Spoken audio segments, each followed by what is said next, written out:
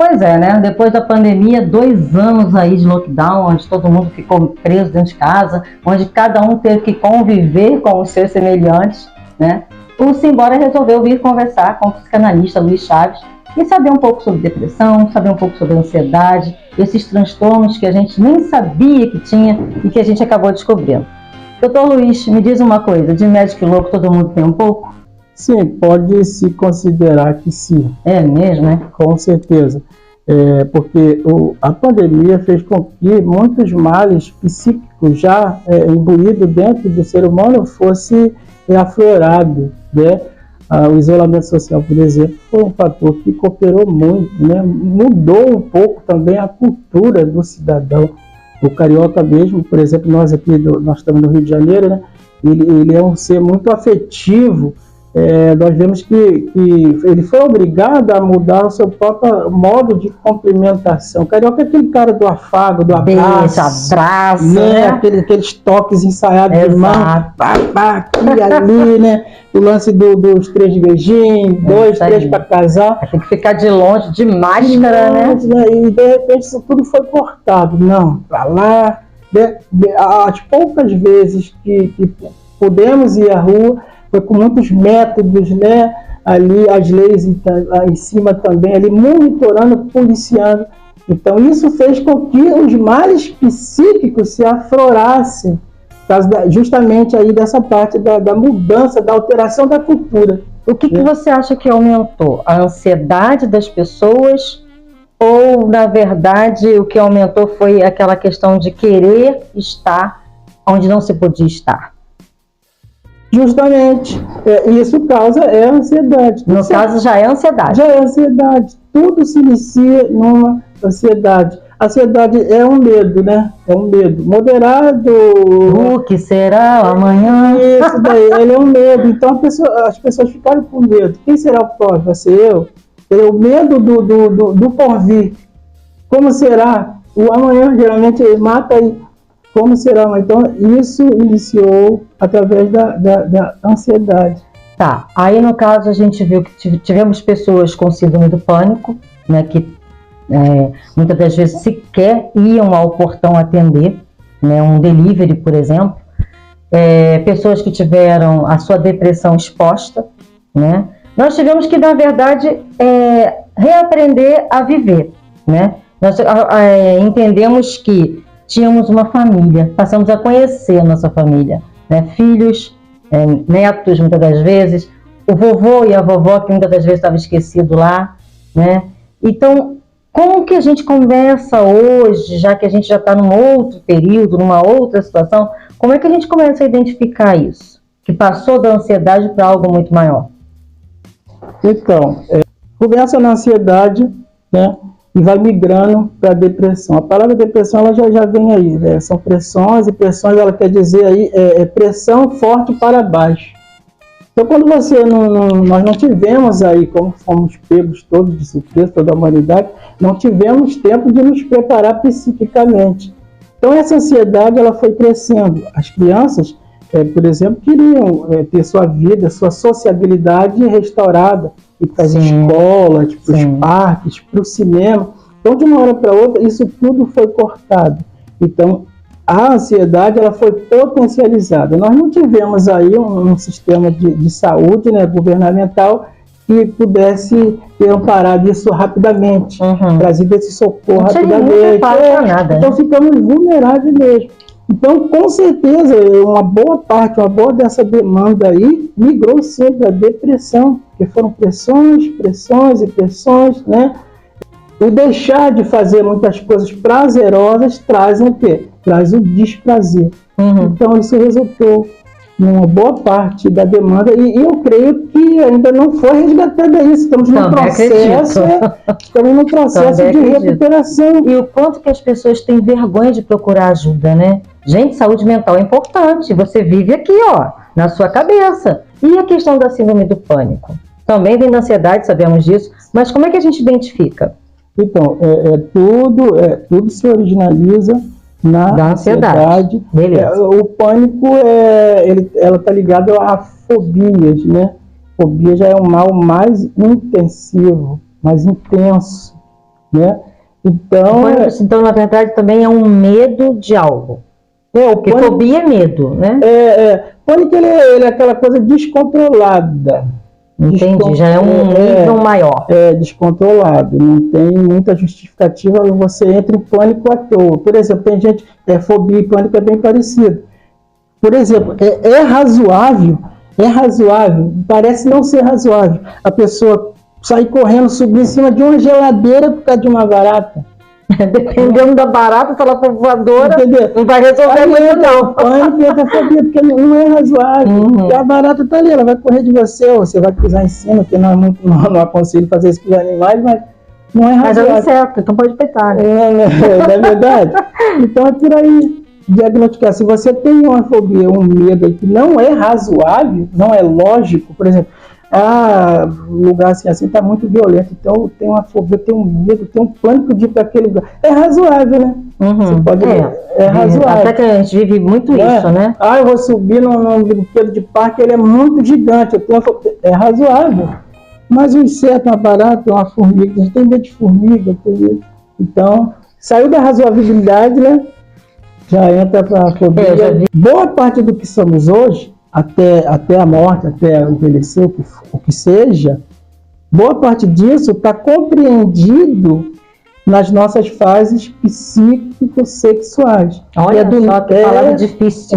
Psíquico-sexuais, que está compreendida entre o nosso nascimento e mais ou menos até a chegada da puberdade. No caso, 12, 13 anos ali. Isso daí. Ali começa a nossa fase adulta, que nós entramos na fase genital e nos acompanha até a morte. Tá, mas aí o que compreende isso, essa psicossexualidade? O que significa? Para poder as pessoas entenderem, né? É uma palavra difícil, né? A gente sabe que é de 0 a 12, 13 anos, mas o que compreende isso? O que seria isso? Então, aí já é um estudo mais aprofundado, ficar um pouco... Não, levemente, uma pincelada. Porque a criança ela tem as 5 fases, a fase oral, a fase anal, a fase fálica e a fase lactente. Cada uma dessas fases traz uma carga que essa criança tem que passar bem, ela não pode ter nenhum trauma, nenhuma interrupção brusca nessas fases que vai causar no futuro um mal psíquico recorrente dessa quebra.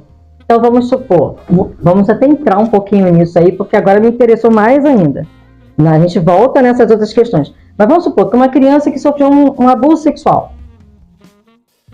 Sim. Vamos supor entre 0 a 12 anos. Sofreu ali abusos persistentes e tal.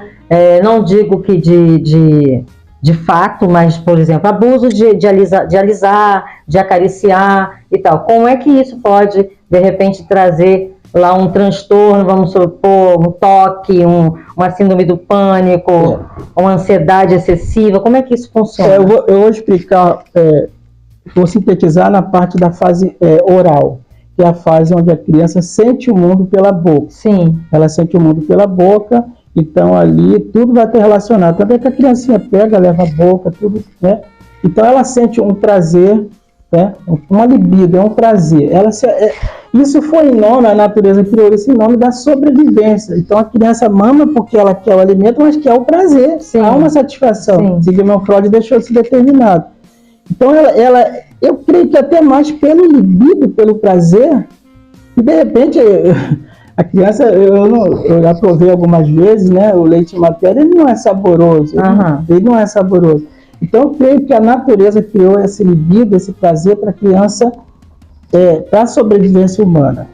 Então, se houver uma interrupção nessa fase aí, até que a criança, ela sai do seio materno, que ali tem prazer, né? O prazer da sobrevivência, não é o prazer nosso, né? Libidinoso, não. Ela sai daquilo ali e já vai com uma chupetinha, né?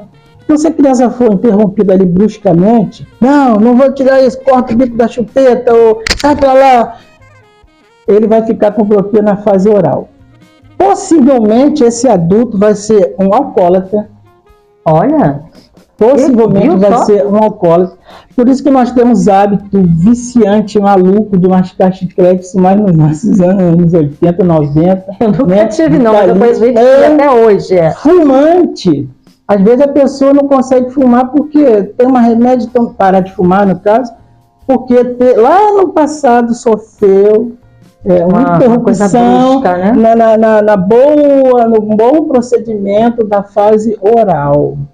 Então a gente pode dizer que boa parte dos nossos traumas e das nossas ansiedades vem da infância, né? Vem da infância. Então uma boa infância, ela é tudo, né? Está compreendido aí nessas fases psicossexuais da criança. Nós estamos vivendo agora a geração do quarto, né? É aquela geração que não sai do quarto para nada. Pega a comida, leva para o quarto, pega o lanche, leva para o quarto, e faz exercício dentro do quarto, e tudo é TV, tudo é videogame. É a geração do quarto. O que a gente pode estar falando para os pais que estão nos assistindo aí agora, que possa ajudar nesse sentido? Então, é o monitoramento, né? Hoje em dia se fala muito que o adolescente tem que ter o seu espaço, tem que ter a autonomia, né? Autonomia, aquela coisa, né? E o próprio Estatuto da Infância e da Adolescência, né, diz que você tem que acompanhar, você tem que monitorar. Os pais são obrigados a monitorar os filhos. O percurso dele na internet. Até uma eternidade, se eu não me engano, até os 17 anos. Hoje em dia, crianças de 9, 8 anos quer ter privacidade. A minha privacidade é o meu quarto, fecha a porta. Então, é o policiamento, o monitoramento. Sabe por quê? Quanto mais a criança mergulhar no mundo da imaginação, e a internet ela é imediatista demais, ela é muito rápida. Sim, é muita informação, né? Full time, pá, aqui, ali, pá, pá. Então, ali a criança, ela começa, a sua psique começa a se bitolar por esse imediatismo. Imagina, aí a criança vai para dentro do quarto e entra para a bolha do mundo imediato, o mundo do full time. Aí quando ela abre a porta do quarto, aí tem um pratinho para levar na cozinha. É a realidade. É a realidade, né? Saiu do quarto, é a realidade. Tem uma comida para botar, tem uma roupa de escola, uma mochila para desfazer. Então tem que não é full time. Isso vai provocar o que nessa criança? Ansiedade. Cadê a minha vida full time? Né? Cadê o meu mundo? Então tem que migrar, policiar, na verdade, policiar a condição dessa criança nas redes sociais, na tecnologia. Porque o mundo ele é real, ele é de verdade, não é aquele full time. Na verdade, é exercer a função de pai e mãe, né? Seria isso, certo, né? Conversar, sentar-se à mesa sem celular, porque hoje a gente vê nos shoppings da vida, aí as pessoas saem em família, tá? Mas senta cada um com seu celular. Então, quer dizer, o que adiantou sair em família, né? É só para poder sair do ambiente, porque vamos trocar de ambiente, gente. Vamos ver o celular no shopping agora, vamos assistir lá no shopping. Porque é isso que a gente vê, né? A gente não vê mais aquela integralidade, né? Eu creio que isso é a herança da pandemia. Você acha que é da pandemia? Eu acho, porque as crianças ficaram... Já não é anterior a isso, não? Eu acho que potencializou, a pandemia potencializou, né, muita coisa, dentre elas isso. Entendi. Né? Ela trouxe, eu não vou dizer que uma pandemia a nível mundial, né, que a pandemia mundial, tenha trazido alguns bons efeitos. Mas assim como potencializou algumas ferramentas do mal, potencializou algumas ferramentas do bem.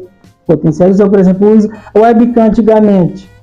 Eu sei que existe webcam há muitos anos. Hoje, olha o uso da webcam, aulas online, faculdade online. Então, potencializou. Tem um lado bom e um lado ruim, né?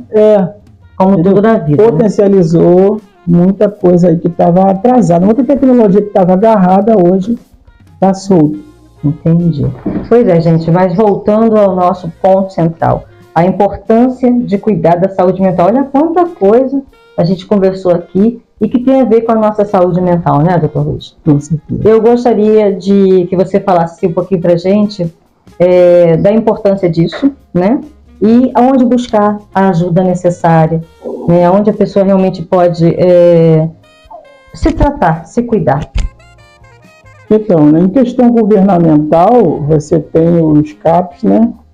Os CAPs, tem os CAPs aí. Que é o Centro de Atendimento Psicossocial.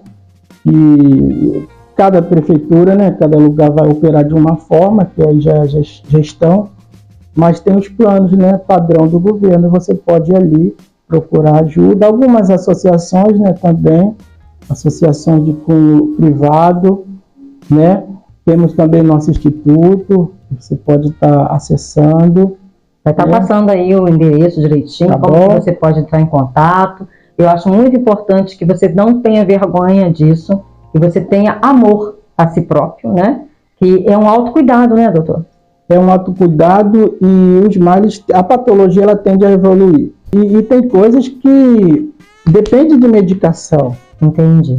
Não tem pra onde Não fugir. tem para onde ir. E se automedicar, nem pensar, Não né? pode, não pode. Tem coisas que para você ficar bem, entendeu? Para você ficar bem, para você deixar a sua família bem, você tem que se tratar. Tem que quebrar esse tabu. Eu não sou doido, não. Do jeito que você vai, por exemplo, no dentista, no oftalmologista, vá no psicólogo, vá no psiquiatra, vá no psicanalista. Cuide da sua mente, é por amor. Vamos levar para esse lado, por amor? Você ama a sua família, você ama a sua esposa, ama seu marido, ama seus filhos. Se você não cuidar, você está sobrecarregando ele, e está fazendo eles carregar você nas costas, né? Falando assim, chulamente, psiquicamente. E como vão ser essas crianças no futuro? Né? Visualizando um pai talvez sem tratamento psíquico, uma mãe sem tratamento psíquico. Como vão ser essas crianças? Qual a carga que essas crianças vão levar para a fase adulta? De repente você, por não se cuidar, está quebrando alguma regra da fase psicossexual de seus filhos para formar no futuro adultos com problemas, né? Entendi. Doutor Luiz, muito obrigada por receber o Simbora na sua casa, né? É um espacinho muito agradável. Eu recomendo que você que esteja precisando de ajuda entre em contato, você vai gostar. Não só do atendimento, como do espaço, né? E gostaria que você fizesse, então, as suas considerações finais para a gente aí. Bacana. Obrigadão. Tá? Eu que agradeço. Muito obrigado, é um prazer. Nós recebemos aqui o Simbora se tratar, simbora se inteirar, simbora se informar, tá bom? E reforço o conselho, se cuida, tá bom? Freud, ele deixou uma frase que diz: o homem é um abismo profundo, dá vertigens olhar para dentro dele. Daí você já tira. Nós somos um abismo profundo, se dá vertigem olhar, vamos olhar para dentro sim, vamos cuidar. A sua família depende do seu bom estado psíquico. Trate dele e vai dar tudo certo. Ok? Então é isso aí, gente. A gente fica por aqui. No próximo programa, a gente vai estar falando aí sobre iridologia. Não perde, não.